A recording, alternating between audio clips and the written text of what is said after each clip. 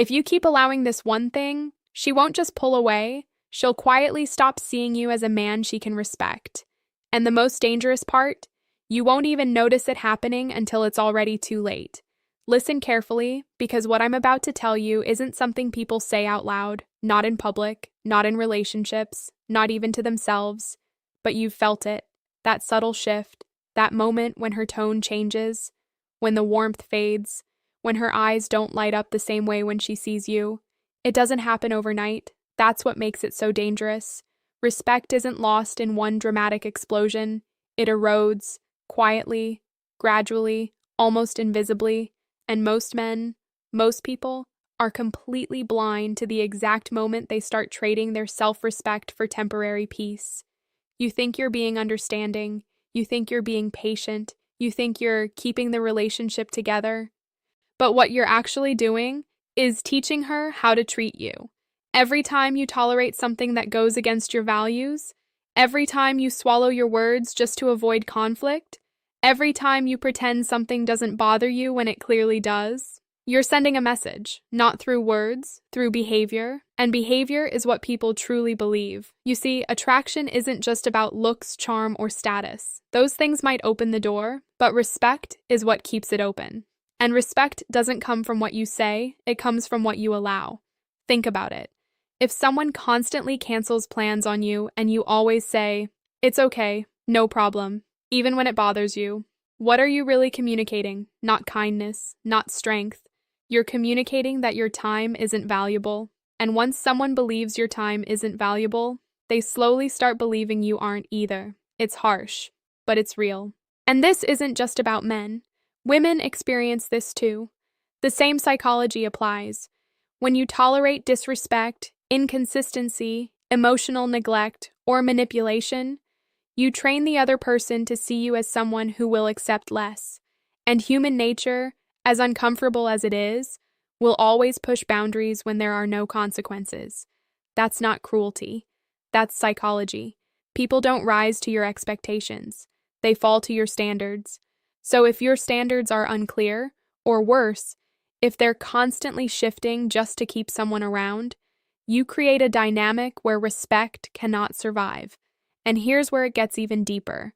The moment you start tolerating what you shouldn't, something inside you begins to change too. You feel it, that quiet discomfort, that internal tension, that voice in your head that says, "This doesn't feel right," but instead of listening to it, you silence it because you don't want to lose them, because you're afraid of conflict, because you've convinced yourself that this is just how relationships are.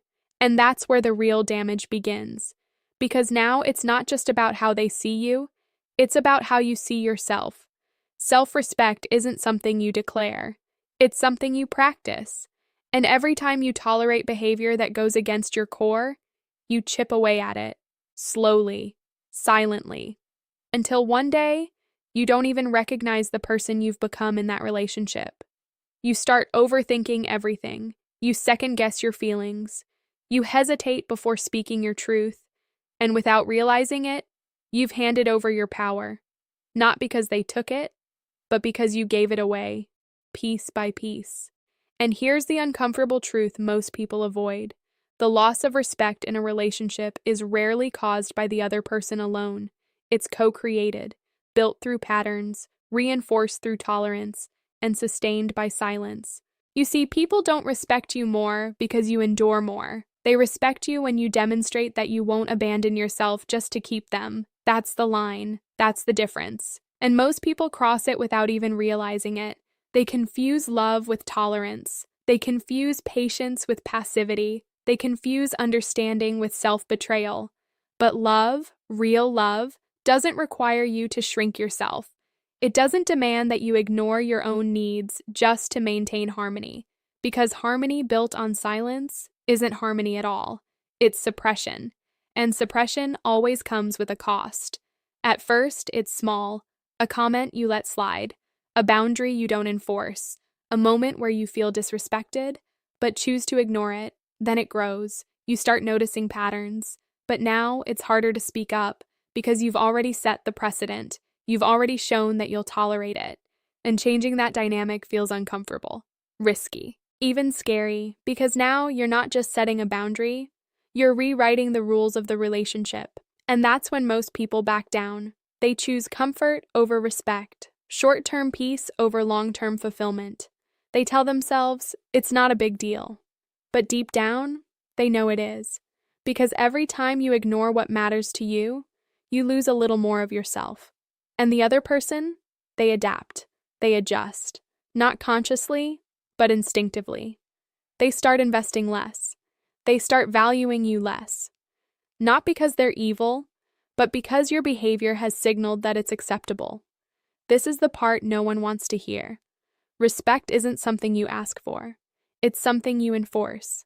Quietly, consistently, without drama, without begging, without fear. And the moment you stop enforcing it, the moment you start tolerating what you once wouldn't, that's when the shift begins. Not loudly, not dramatically, but undeniably. And by the time you feel it fully, it's already been happening for a long time. There's a moment, small, almost invisible, where everything begins to change. It's not when she raises her voice. It's not when she pulls away physically. It's not even when arguments start becoming frequent. It's earlier than that. It's the moment she realizes you won't stand your ground, not aggressively, not emotionally, just firmly. Because deep down, respect isn't built on control or dominance. It's built on certainty, emotional certainty, behavioral certainty, the quiet understanding that you know who you are and what you will not accept. And the moment that certainty disappears, something shifts inside her. She may not even be able to explain it, but she feels it. At first, it shows up as subtle testing. She cancels last minute. She says something slightly disrespectful and watches your reaction. She pushes a boundary, not to destroy the relationship, but to understand it, to understand you. Because whether people admit it or not, everyone tests the strength of the person they're with, not consciously, but instinctively. And your response to those moments, that becomes your identity in the relationship. If you laugh off disrespect that bothers you, you become the person who tolerates disrespect. If you stay silent when something crosses a line, you become the person without boundaries. If you constantly adjust yourself, but when you hold your standards, you're demonstrating it. And demonstration always speaks louder than force. Let's go deeper. Imagine this. She does something that genuinely bothers you. Maybe she dismisses your time. Maybe she speaks to you in a way that feels off. Maybe she prioritizes others over you in a consistent way. You feel it instantly.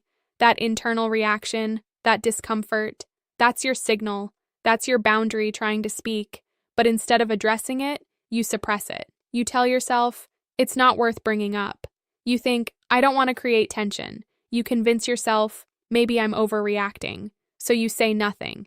And in that silence, something powerful happens. You teach her that this behavior is acceptable, not because she's trying to disrespect you, but because you've shown no resistance to it. And here's the truth that's hard to accept. People don't learn your boundaries through your thoughts. They learn them through your actions. If there's no consequence, emotional, behavioral, or situational, there's no reason for change. And over time, what was once a small behavior becomes a pattern, because patterns are built on repetition, and repetition is allowed through tolerance. Now here's where the psychological shift becomes irreversible if you're not careful. The more you tolerate, the more she unconsciously reclassifies you, not as a partner she looks up to, but as someone she can manage. And once that shift happens, respect doesn't just decrease, it transforms into something else. Familiarity without admiration, comfort without attraction, connection without depth.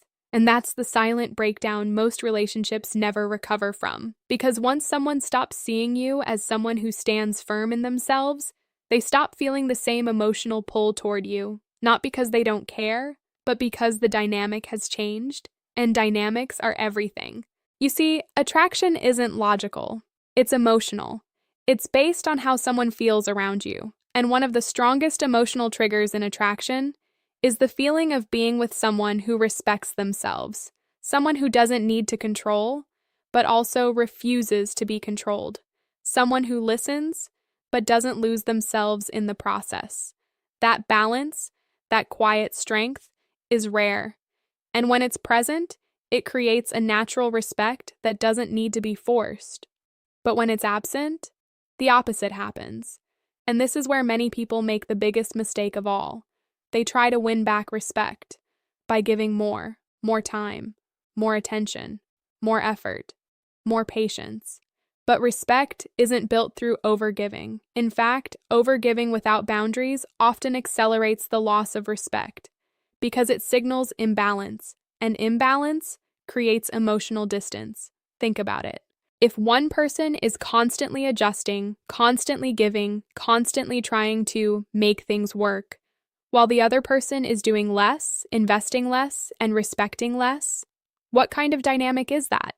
It's not a partnership. It's a slow shift in power, and power in relationships isn't about dominance, it's about self-possession. Who is more grounded in themselves? Who is more willing to walk away from what doesn't align? Who is less afraid of losing the relationship than losing themselves? That person always holds the emotional leverage, not because they want control, but because they have clarity, and clarity is powerful. Now here's the part that most people resist hearing. If you're constantly afraid of losing her, she will eventually feel that. Not because you say it, but because you show it. In your hesitation, in your silence, in your tolerance. And when someone senses that you're more invested in keeping them than in maintaining your own standards, they stop valuing the connection the same way, because value is tied to rarity. And when you make yourself endlessly available, endlessly forgiving, endlessly accommodating, you remove the sense of risk, the sense that you could walk away. And without that, respect begins to fade. Not instantly, but inevitably. This doesn't mean you should play games. It doesn't mean you should withdraw affection or become cold.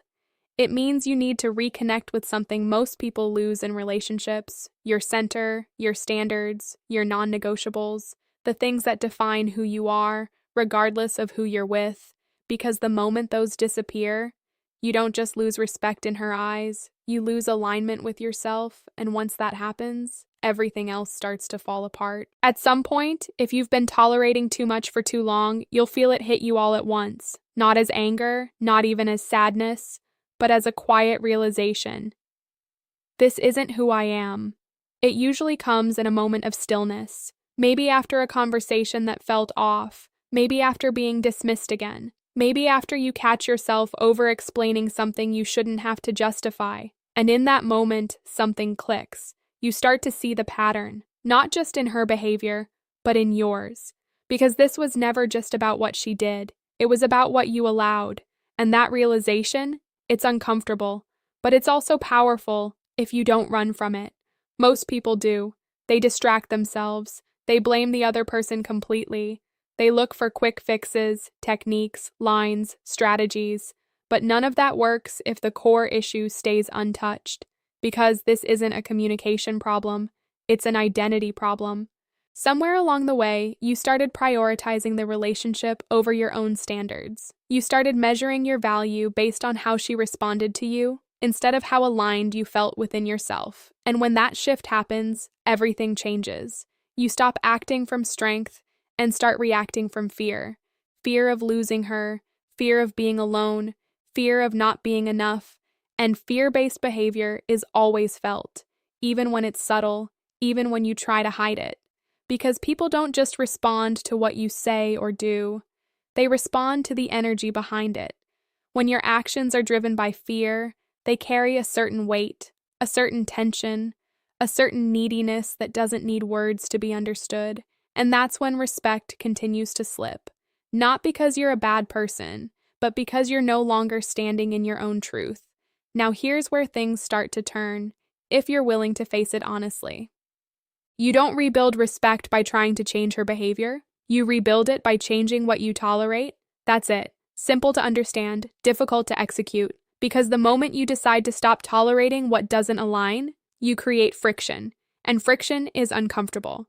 If she's used to a version of you that lets things slide, your shift will feel unfamiliar to her, unexpected, maybe even challenging. She might question it, she might test it again, she might even resist it, not necessarily because she wants conflict, but because the dynamic is changing, and people always react when dynamics change. This is the moment where most people fold. They start strong, finally speaking up, finally setting a boundary, but the moment there's pushback, they retreat, they soften it, they over-explain, they apologize for having a standard, and just like that, the old pattern returns.